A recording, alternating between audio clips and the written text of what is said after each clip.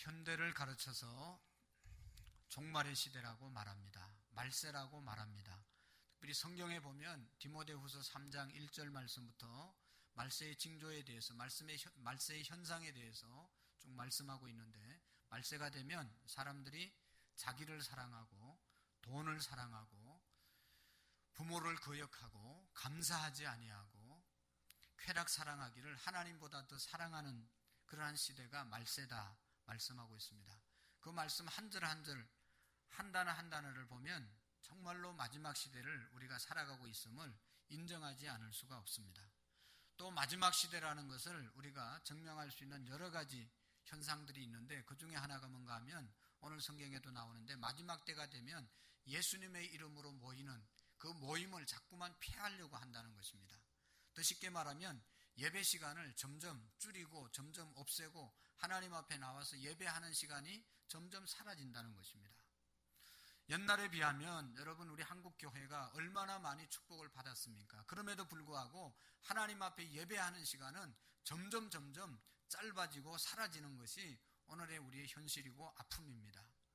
옛날에는요, 여러분, 부흥회 한다고 하면요, 제가 자랄 때도 그냥 일주일 동안 부흥회를 하는데, 우리 마을에, 우리 교회에서 부흥회 하는 건 물론이고 다른 마을 30리 40리 되는 길도 달려가서 눈이 그냥 이 무릎까지 찼는데도 불구하고 그 눈길을 걸어서 부흥회 참여하러 가서 은혜를 받고 했습니다. 주일학교, 성경학교 한다고 하면 동네 마을 아이들이 다 구름대처럼 몰려서 예배당이 차고 넘칠 때가 있었습니다. 중고등부 수련회 하면 요즘처럼 아이들이 가자고 선생님들이 사정 안 해도 애들이 뭐 그냥 수련회 기다리다가 준비해서 자기들끼리 다 준비해서 갔을 때가 있었습니다.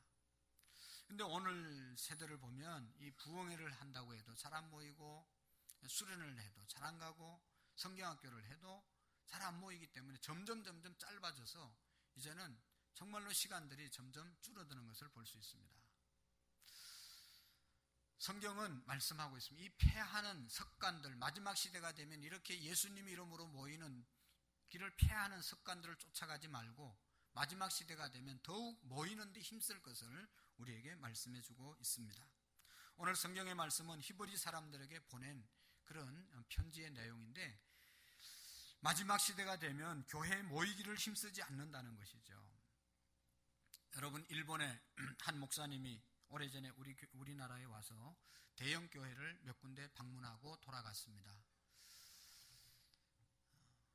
일본에 있는 목사님들이 한국에 대형 교회 예배드리고 온 목사님에게 찾아와서 소감이 어떠냐고 물었을 때, 정말로 한국은 수만 명이 모여서 예배드리는 모습 보니까 그것이 곧 천국이었다. 정말로 많은 사람들이 모여서 예배드리니까 너무너무 은혜스러웠다. 소감을 이야기했습니다. 일본은 우리가 아는 것처럼 교회도 많지 않고 큰 교회는 더더욱 없습니다. 한 30명, 40명 모이고 100명, 200명 모이면 큰 교회이고 1000명, 2000명 모이는 교회가 거의 없으니까 수만 명 모이는 교회에 예배를 드리고 가서 그곳이 곧 천국이었다고 그렇게 이야기를 했습니다. 옛날에 영락교회를 담임했던 그 한경직 목사님이 아프리카 지도자들을 모아놓고 설교하고 또 이렇게 교육할 기회가 있었는데, 아프리카에 있는 목사님들이 그랬다는 겁니다. 목사님은 너무너무 행복하시겠습니다.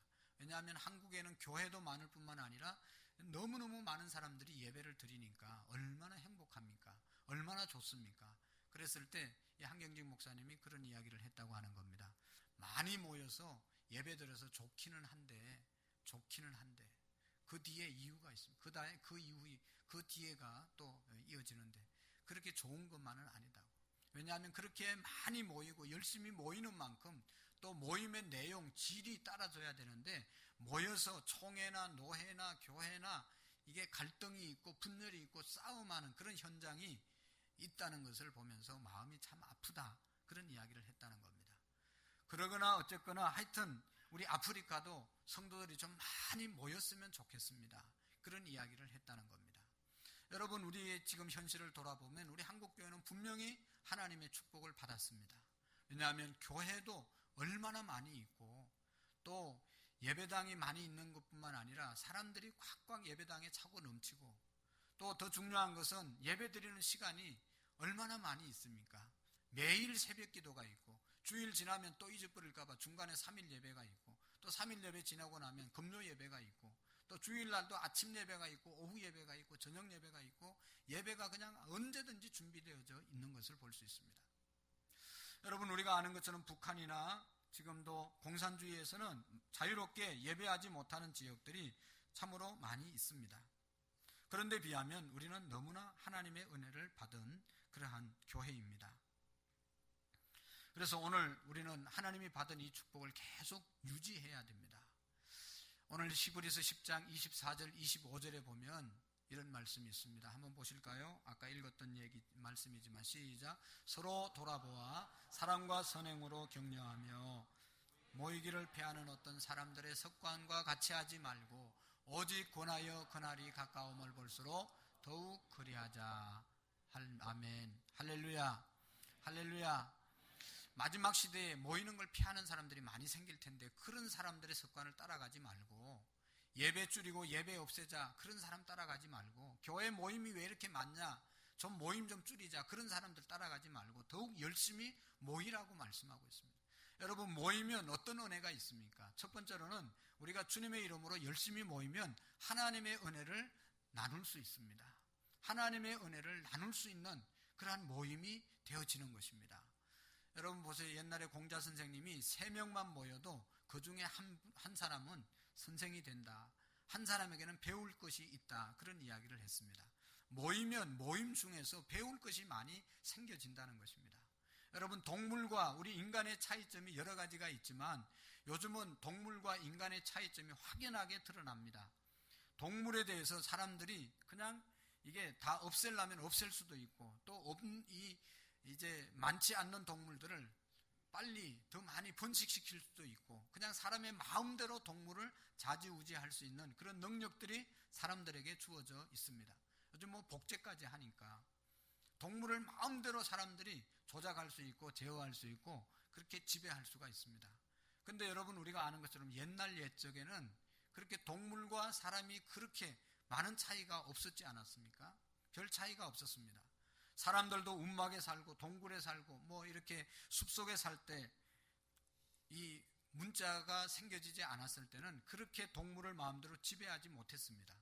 그런데 지금 이렇게 동물을 마음대로 지배할 수 있게 된 그러한 그 동기가 어디 있었는가 하면, 사람들은 자꾸 모여가지고 자꾸 모임을 만들어서 그 속에서 자꾸 배우고 회의를 하고 발전적인 문화를 만들어 가기 때문에 오늘날 동물과 인간이 이렇게 차이가 난 것이죠. 사람들은 하여튼 모여서 연구하고 공부하고 배우고 나누고 하는 것이 인간에게 주어진 하나님의 축복입니다. 동물이, 여러분, 개가 원숭이가 무슨 뭐 IQ가 높은 동물이 있지만 그것들이 모여가지고 세미나를 했다.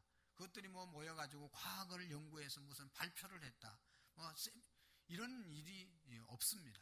동물은 모일 수도 없고 모여서 발전적인 어떤 공부를 할 수 있는 존재가 아니죠. 그렇지만 우리 인간들은 여러분, 모여서 모임 가운데서 배움이 있고 나눔이 있고 그곳에서 놀라운 일들이 일어나게 되는 것을 볼 수가 있습니다. 인간만이 모임이 있고 모여서 배울 수가 있습니다. 우리 신앙의 세계도 마찬가지죠. 우리의 신앙이 건전하게 성장하려면 여러분, 모임이 필요한 것입니다.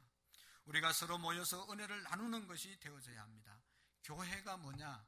에클레시아, 헬라어로 에클레시아, 그것이 교회인데 하나님의 부름받은 사람들의 모임, 그것이 교회입니다. 이 건물은 예배당이고 우리의 모임이 곧 교회입니다. 그러니까 모이면 교회가 되고 모이지 않으면 교회가 되어질 수 없고, 교회라는 것이 모임 자체가 교회입니다. 그런 거로 우리는 이 모임을 소중하게 여겨야 되는 것이죠. 모여서 우리가 위로 하나님과 교제하고 수직적인 관계, 이것이 신앙이라고 말하고 믿음이라고 말하고, 우리 또 모여서 성도와 성도 간의 교제, 이것을 사랑의 교제라고 말합니다. 그래서 이 신앙과 사랑이 이제 두 가지가 다 잘 조화를 이룰 때 그 사람의 신앙이 온전하게 세워질 수 있는 것입니다. 여러분, 우리 교회에 이제 새가족 공부를 하면 우리 교회는 두 날개로 날아오르는 교회입니다. 그런 가르침이 있습니다. 그것은 한쪽 날개는 지금 여러분 이 11시 예배 나와서 예배 드리는 대그룹 모임의 날개가 있고, 또 한 그룹은 소그룹 날개가 있다는 것입니다. 셀 모임이 있고, 남전도의 모임이 있고, 여전도의 모임이 있고, 교사 모임이 있고, 찬양대 모임이 있고, 안내부 모임이 있고, 각자 자기의 은사를 따라서 섬길 수 있는 그런 모임이 준비되어 있습니다. 이 모임에도 여러분 11시 예배를 소중하게 여겨서 예배 드리는 것처럼 우리 소그룹 모임 안에서 나눔, 이것도 우리가 너무너무 소중하게 생각하고 함께 참여해야 된다는 것입니다. 남이 받은 은혜를 통해서 내가 은혜를 받게 되고 내가 받은 은혜를 또한 나누어 줄 수 있기 때문에 모임이 중요한 것입니다. 사람의 감정은 내가 기뻐하면 또 남도 기뻐할 수가 있게 되고, 남이 기뻐하는 모습을 보고 나도 기뻐하게 되고, 남이 슬픈 모습을 보면 나도 마음이 슬퍼지는 것이 인간의 감정입니다. 그래서 모여서 우리가 하나님의 은혜를 나눌 수 있는 그런 공동체로 우리가 세워지는 것이죠. 기쁜 일도 교제하고 슬픈 일도 교제하는 것, 이것이 사람에게 타고난 본성인 것입니다. 하나님의 거룩한 은혜도 그렇습니다. 남이 은혜를 받은 것을 바라보면 우리도 어울려서 함께 은혜를 받을 수 있습니다. 남이 어려운 상황에 있는 것을 볼 때 우리도 마음이 끌려서 동정하게 되고 함께 그 사람을 위해서 기도해 주게 되는 것입니다. 이러한 은혜의 교류는 성도의 거룩한 모임을 통해서 우리가 받을 수 있는 축복인 것입니다. 여러분, 로마가 기독교를 초기에 초대교회 때 박해할 때 로마에 있는 기독교인들이 신앙을 지키기 위해서 무덤, 카타콤 속에 들어가서 예배를 드리고 하나님을 섬겼습니다. 요즘 시중에 신의 사람이라고 하는 영화를 하고 있는데 그 영화를 여러분들이 다 보시면 좋을 것 같고 추천하는데요. 그 영화에 보면 지금도 북한에서는 예배 드리기 위해서 저 산골짜기에 동굴에 찾아가서 들킬까봐, 공산당에게 들킬까봐 그곳에 가서 동굴 속에서 조용조용하게 숨어서 예배를 드리는 겁니다. 목숨을 걸고 예배를 드립니다. 초대교회 때 로마의 기독교인들이 무덤 속에, 카타콤 속에 들어가서 예배를 드렸습니다. 로마의 간원들이 예수 믿는 사람들 잡으면 다 죽였기 때문에 이 사람들이 그냥 무덤 속에 들어가서 예배를 드리는 겁니다. 근데 거기에서 예배 드린다는 소식을 듣고 로마 간원들이 그곳에 찾아가잖아요. 카타콤 안에서 예배 드리는 그리스도인들의 모습을 보고 그냥 그 자리에서 무릎을 꿇고 예수님을 영접한 로마 관원들이 너무너무 많다는 겁니다. 왜냐하면 여러분 생각해 보세요. 정말 목숨 걸고 예배 드리는 그 현장을 목도하는 그러한 사람은 거기에 감동을 받지 않을 수가 없는 거죠. 정말로 경건하고 사모하고 거룩하고 정말로 오늘 예배 드리고 내가 죽을 수도 있다고 하는, 이 오늘의 예배가 마지막이라고 하는 그런 마음 가지고 간절하게 예배 드리는 그 현장을 봤을 때 로마의 간원들이 놀라운 은혜를 받고 예수를 믿는 그런 경우가 있어졌다는 것입니다. 어쨌든 여러분, 예배 모임을 통해서 우리가 은혜가 전달되고 모임을 통해서 하나님의 축복을 우리가 나눌 수 있게 되는 것입니다. 여러분, 시골에서 불을 피워보면 장작을 뗄 때 장작이 모이면 너무너무 뜨겁게 막 잘 탑니다. 어떤 것도 다 태울 수 있습니다. 그런데 이 장작을 흩어놓으면 조금 타다가 다 꺼져서 연기만 나지 타지가 않습니다.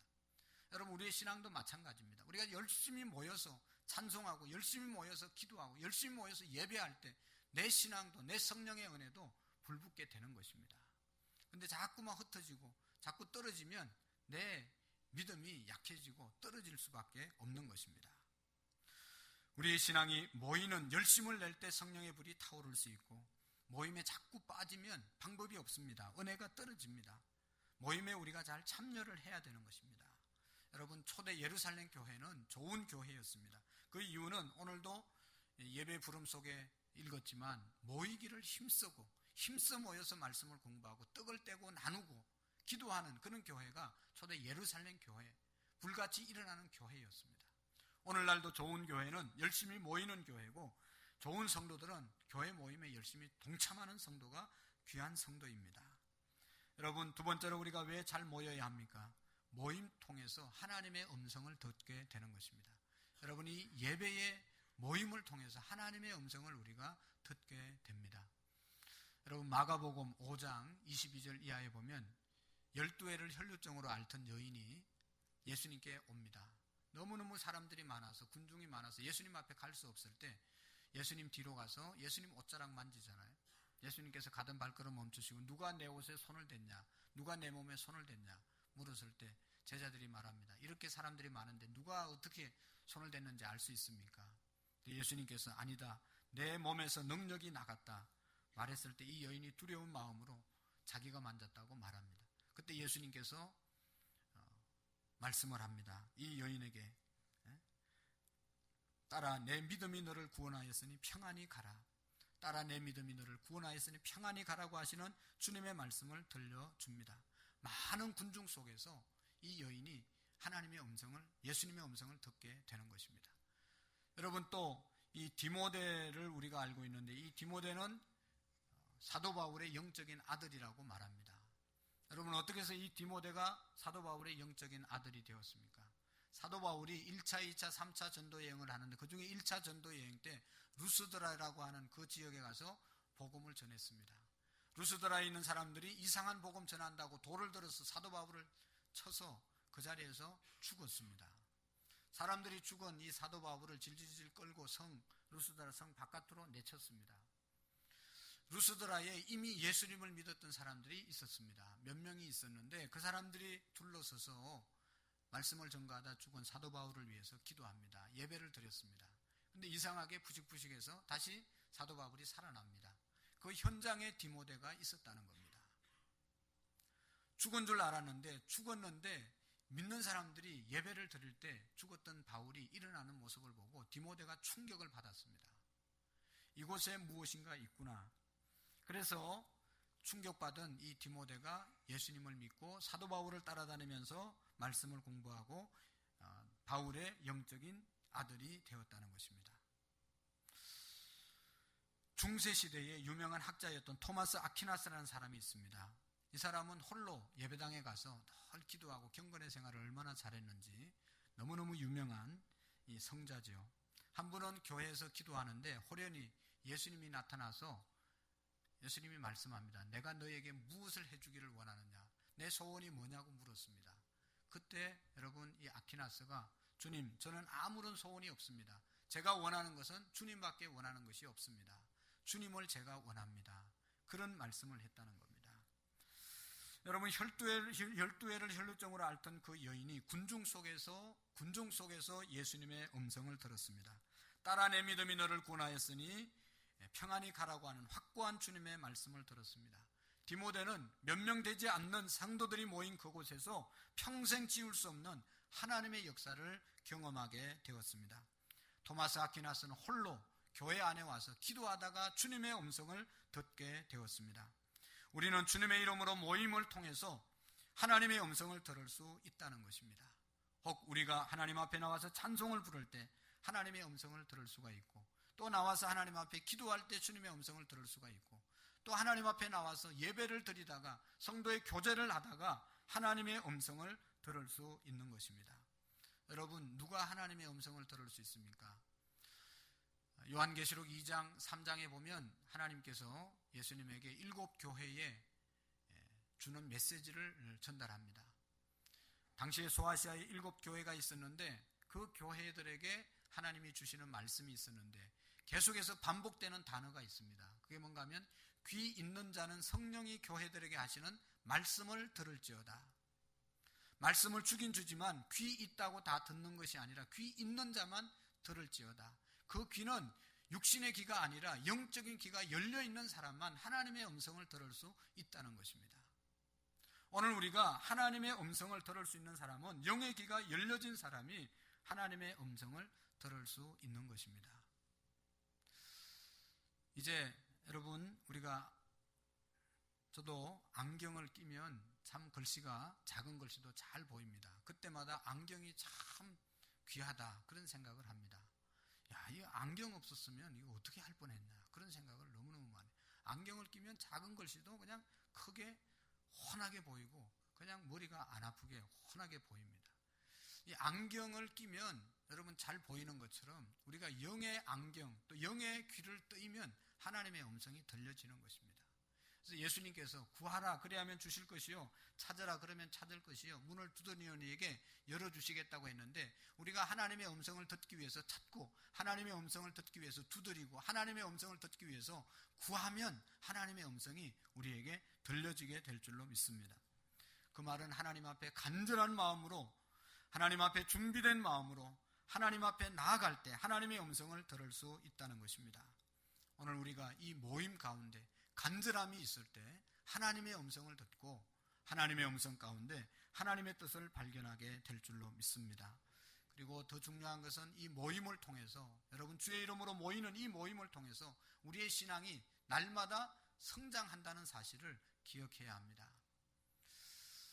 한 번, 두 번 모이는 것이 무슨 의미가 있을지 모른다, 그렇게 생각할지 모르지만, 여러분 한 번, 두 번 모이는 이 모임을 통해서 우리의 신앙이 엄청나게 성장되고 있는 것입니다.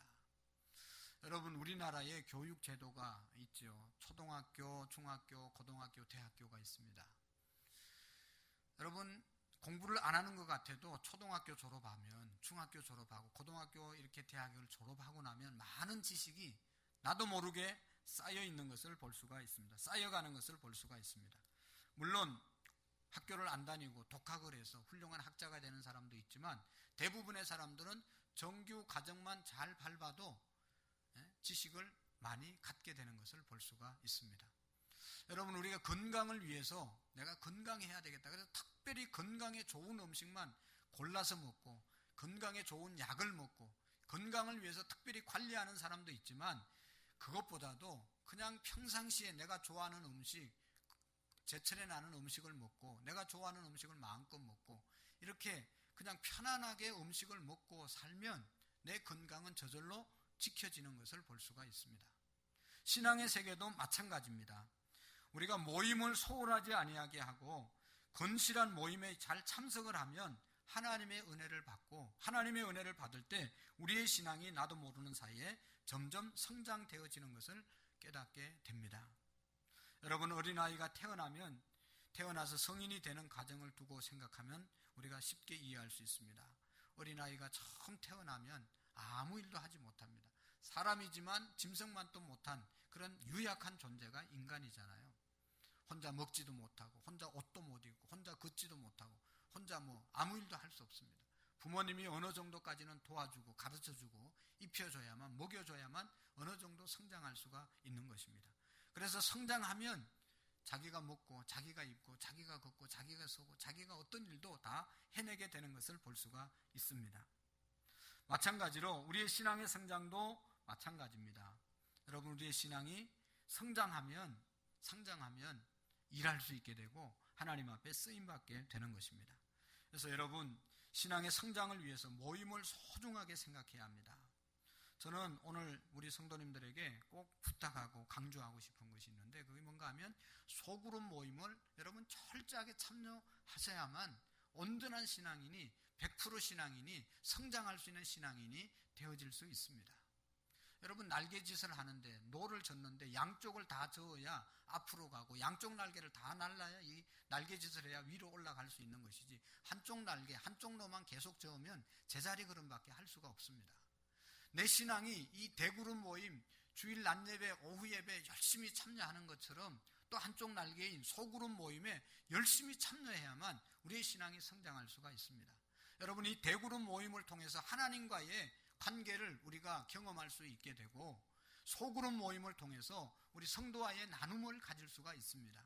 내 신앙이 얼마나 좋은지는 소그룹 모임 속에서 나눔이 있어져야 하는 것입니다. 내가 받은 은혜가 건전한 은혜인지 잘못된 은혜인지를 모여서 나누고 다른 사람 신앙생활하는 것을 볼 때, 내가 이게 신앙생활이 정상이구나 알 수 있는 것입니다. 내가 받은 계시, 내가 받은 은혜를 여러분 신앙의 동료끼리 나누어 봐야 이게 얼마나 건전한지를 알 수가 있게 되는 것 아니겠습니까? 여러분 그래서 그런 의미에서 셀 모임을 꼭 하셔야 됩니다. 여러분 이 셀 모임이 얼마나 중요하냐. 여러분 우리 교회가 지금도 그런 분들이 있지만 셀 안에서 셀 리더가 또 인턴들이 얼마나 아비의 마음을 가지고 셀원들을 섬깁니까? 셀 가족이 병원에 입원해서 수술한다고 하면 밥이나 낮이나 가리지 않고 찾아가서 기도해주고 염려해주고 새벽에 나와서 기도해주고, 여러분 또 우리가 다 고향을 떠나서 객지 생활하면서 외로움이 다 있습니다. 마음의 허전함들이 다 있습니다. 그것을 우리가 믿는 사람들끼리 모여서 나누다 보면, 얘기하다 보면 내 마음, 저 사람 마음과 별 다를 것이 없고 다 서로서로 위로하고 서로서로 외로운 사람들끼리 격려하면서 살아야 되겠다, 그런 마음을 갖게 되고, 서로 이렇게 이야기하다 보면 자기의 마음이 치료되어지는 것을 수없이 우리가 경험하게 됩니다. 나는 아는 사람이 없고 나를 사랑해주는 사람이 없고 이 교회는 사랑이 없고, 사랑이 없다고 그렇게 말하면서 다니다가 사랑 찾아 떠나는 사람들이 많이 있습니다. 근데 여러분, 내가 사랑의 보따리를 풀지 않고 보따리를 싸서 사랑 받으려고만 하면 어느 교회에 가도 사랑을 내게 베풀어 줄 사람이 아무도 없습니다. 내가 사랑을 베풀 때, 내가 사랑을 풀 때 다른 사람도 나를 사랑하는 것이지. 여러분, 들어올 때 내가 인사하지 않는데 누가 나를 먼저 보고 인사합니까? 내가 먼저 손을 펴지 않는데 누가 나를 향해서 손을 펼 수가 있습니까? 경조사 때 보면 어떤 가정은 경조사 때 사람들이 많이 가서 위로도 하고 축하도 해주는데, 어떤 가정에는 가자고 그래도 안 가는 사람들이 있습니다. 왜 그래요? 관계가 없었기 때문에, 만남이 없었기 때문에, 교제가 없었기 때문에 어려운 줄 알지만 나하고 뭐 아무런 만남이 없었는데 내가 모르는 사람인데 뭘 가냐고 안 가는 거예요. 심은대로 거두는 것입니다. 여러분, 우리가 어려운 사람, 어려운 일이 있을 때 더 찾아보고 기쁜 일이 있을 때도 가서 축하해 줘야만, 내가 좋은 일 당하고 어려운 일 당하면 축하도 받고 위로도 받는 것이죠. 자기는 아무것도 베풀지 아니하고 왜 나는 이렇게 사랑을 베풀지 않냐고 말하면 그게 말이 되겠습니까? 여러분, 셀 모임을 소중하게 생각하고, 셀 모임은 우리의 가족 모임입니다. 서로 사랑하고 우리의 허물을 덮어주고 서로 어려움을 위해서 기도해주는 모임이 바로 셀 모임입니다. 우리가 남전도회, 여전도회가 나누어져 있는데 나이별로 좀 그래도 공감대가 형성할 수 있는 나이별로 잘라놨습니다.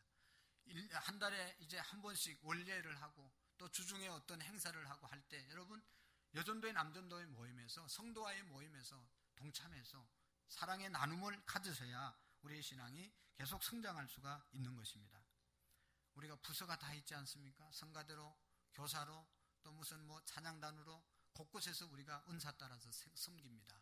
그 섬김을 통해서 내가 소속감을 더 갖게 되고, 또 이제 우리가 사역함으로 인해서 더 기도하게 되고, 그래서 우리의 신앙이 성장되어지는 것을 체험할 수 있기를 바랍니다. 우리의 모임, 그것을 통해서 우리의 신앙이 내 속에서 계속 성장함을 느끼게 될 줄로 믿습니다. 여러분, 신앙이 계속 성장하는 비결, 또 계속 성장해야 되는데요, 신앙생활은 어떤 사람이 말하기를 자전거를 타는 것과 같다, 그런 이야기를 했습니다. 여러분, 자전거를 타보면 페달을 계속 밟지 않으면, 정지해 있으면 결국은 넘어지게 돼 있습니다. 재주가 있어서 뭐 5분 동안 10분 동안 제자리에서 나는 재주를 부리면서 설 수 있다고 말하지만 10분 20분 계속 서 있을 수가 없습니다. 몇 시간 동안 탈 수 있는 것은, 넘어지지 않을 수 있는 것은 계속 페달을 밟으면서 천천히라도 계속 달려가지 않으면 자전거는 넘어지게 돼 있습니다. 오늘 우리의 신앙도 마찬가지입니다. 말씀과 기도의 바퀴를 계속 밟지 아니하면, 우리가 성도의 모임에 계속 참여하지 않으면 내 신앙은 결국은 넘어지게 돼 있습니다. 그래서 여러분, 교회 안에서 신앙을 서로 붙들어주고 넘어지지 않게 하기 위해서 갖가지 모임을 자꾸만 만드는 것이고, 교회에 와서 봉사하게 만드는 것이고, 교회에 와서 교제할 수 있도록 일하게 만드는 것이죠. 우리가 교회에서 여러 가지 일을 하지만 사실 여러분, 뭐 그렇게 힘든 것이 뭐 있습니까? 그냥 나와서 조금만 우리가 함께 하면 다 할 수 있는 일을 하지, 아주 기술적인 부분이나 아주 힘든 일은 다 돈 주고 하지 우리 성도들을 시킬 수가 없습니다. 그냥 하는 것은 서로 나와서 교제하고 서로 어울리고 서로 세워주고 서로 친교하자고 하는 일입니다. 그런 의미에서 여러분, 그 의미를 깨닫고 교회에서 어떤 모임을 하면 반드시 우리가 참여해야만 내 신앙이 계속 성장되어질 수 있는 것입니다. 여러분, 우리가 성장해서 하나님의 일을 해야 되는 것이죠. 여러분, 사람이 사람 노릇하는 것은 열매가 있어야 되는 겁니다. 어릴 때는 계속 부모님으로부터 받기만 하지만 이제 어느 시간이 되면, 어느 연령이 되면 부모님을 섬기고 사회를 향해서 이바지해야 되고, 자기의 역할을 감당해야 되지 않겠습니까? 오늘 우리의 신앙도 날마다 받아먹기만 하고 다른 사람의 의지에서 교회에 오는 것이 아니라 자원해서 교회에 오고, 자발적으로 하나님 앞에 나와서 봉사도 하고 섬기고 다른 성도들을 섬기는 성숙한 성장된 신앙인이 되어야 될 줄로 믿습니다. 그러기 위해서는 여러분, 먼저 우리가 모여서 하나님의 은혜를 받고 나누고 하나님의 음성을 듣고 우리가 신앙생활을 할 때 내 신앙이 자동으로 성장해서 성장한 사람, 장성한 사람은 얻어먹지 않습니다. 자기가 일해서 먹고 살지 그냥 다른 사람이 주는 거 받아먹지 않습니다. 신앙도 마찬가지입니다. 성장하고 나면 어느 부서에서든지 어떤 모양으로든지 하나님이 주신 은사를 내가 사용하게 될 줄로 믿습니다. 그런 의미에서 마지막 시대에 자기밖에 모르고 하나님 사랑하는 것보다 자기 쾌락을 사랑하는 이 시대를 살아가지만, 오늘 우리는 하나님의 말씀대로 더 열심히 모여서 하나님의 은혜를 사모하고 하나님의 은혜를 나누고 하나님이 주신 은사들을 우리가 사용해서 서로를 섬기는 아름다운 공동체 될 수 있기를 축원합니다. 기도하시겠습니다. 하나님 아버지, 감사합니다. 우리를 하나님의 자녀로 불러주심도 감사한데 또 하나님이 주시는 은혜 가운데 살아가게 하심을 감사한데, 하나님 아버지, 우리가 더욱 모이는 데 힘쓰고 또 성도의 이제 사정을 살피는 데 힘쓰고 서로를 격려하는 데 힘쓰는 우리의 믿음이 되게 해 주옵소서. 그래서 하나님께서 기뻐하는, 하나님에게 상급을 드리는 우리의 믿음이 될 수 있도록 도와주시옵소서. 예수님의 이름으로 감사하며 기도하옵나이다. 아멘.